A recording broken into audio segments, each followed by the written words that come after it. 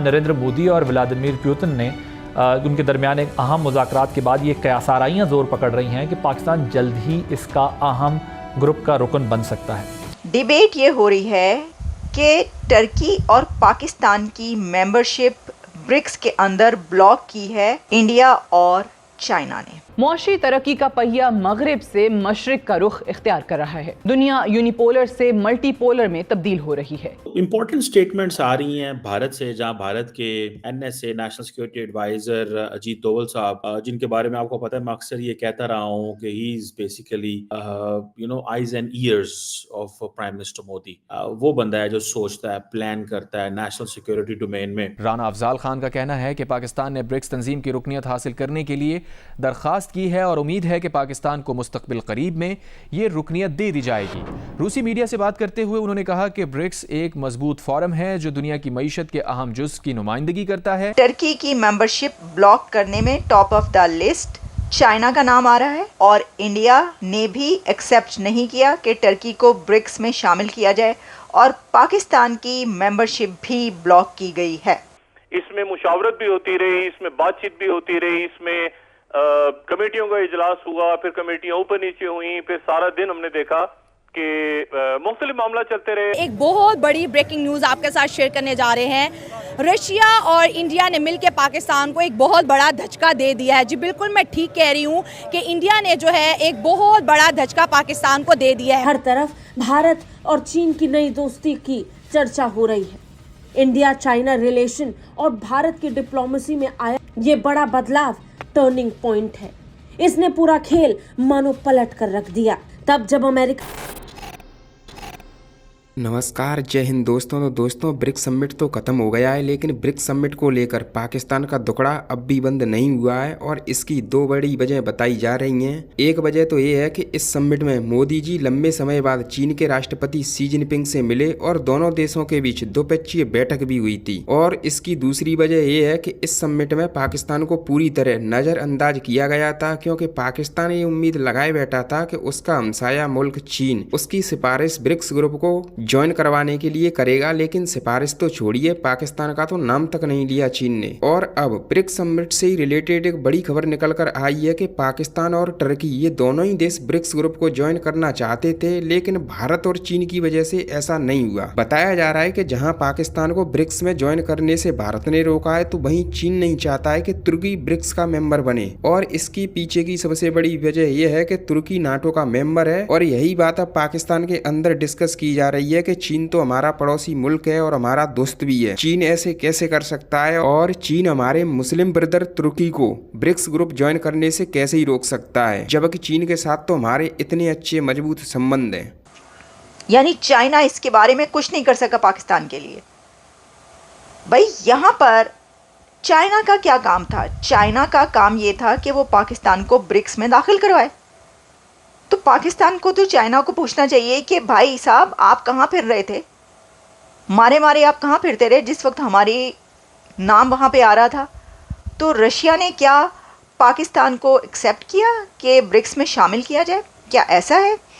लेकिन क्योंकि इंडिया इसके लिए तैयार नहीं था, Pakistan leadership had been optimistic that it's close ties with these countries might help secure membership. किसके साथ सिक्योर टाई है? चाइना के साथ। और तो ब्रिक्स का कोई मेंबर ऐसा नहीं है जिसके साथ इतनी गहरी टाइज हो, चाइना के साथ है ना पाकिस्तान की। तो फिर इसके अंदर ये लिखा है कि जी close ties with these countries. Russia के साथ तो सर अभी एक दफ़ा आप लोग गए वहाँ पर और अभी उनका एक बहुत बड़ा डेलीगेशन पाकिस्तान गया है। तो इसको अगर आप क्लोज टाइज कह रहे हैं तो ओके, कहा जा सकता है कि ठीक है, क्योंकि उनका 75 रुकनी एक वफ़द जो है डेलीगेशन पहुँचा पाकिस्तान के अंदर। ये जो SCO हुई है तो सब हम भी बड़े आराम ने कहा 75 रुकनी 75 पीपल। लेकिन बड़ी बात थी तो वो पता ही चला कि बहुत सारे वहाँ पे जर्नलिस्ट जो थे वो भी उसके अंदर शामिल थे जो कि वहाँ पर पहुँचे हैं। तो क्लोज टाइज अगर ये थी तो फिर उनको करवाना चाहिए था। क्लोज टाइज तो रशिया की हैं इंडिया के साथ फ्रॉम डेकेड्स।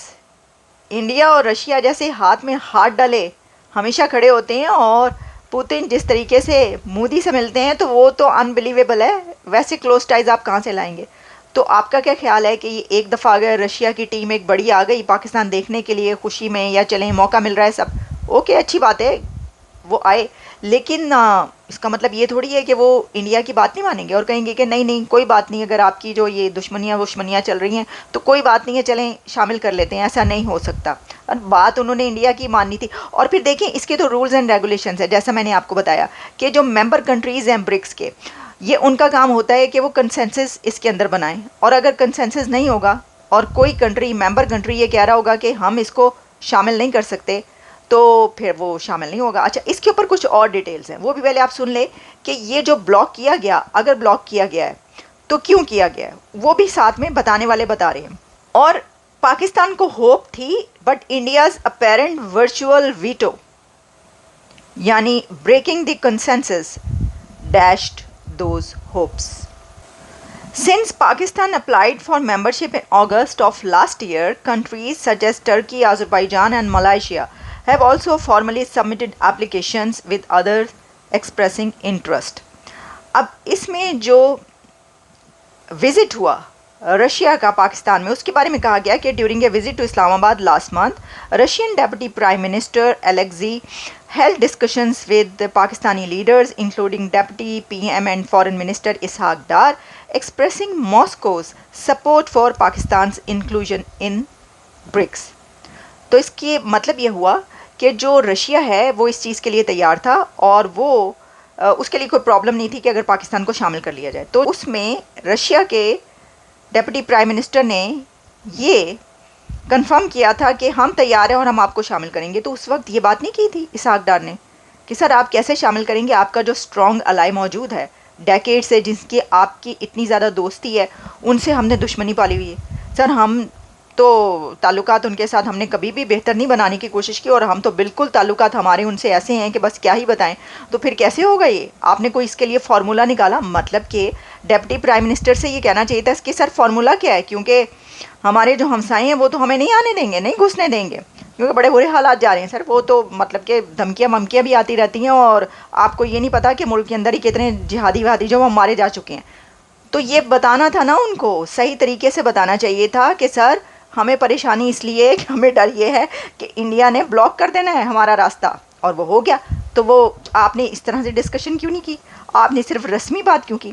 लेकिन उसके ऊपर अगर पाकिस्तान फ़र्ज़ करें इस तरह बात करता भी, हो सकता है कि हो, तो उसके ऊपर रशिया कहेगा कि भाई आपकी वजह से अब हम इंडिया से अपने इतने अच्छे रिलेशंस तो ख़राब नहीं कर सकते।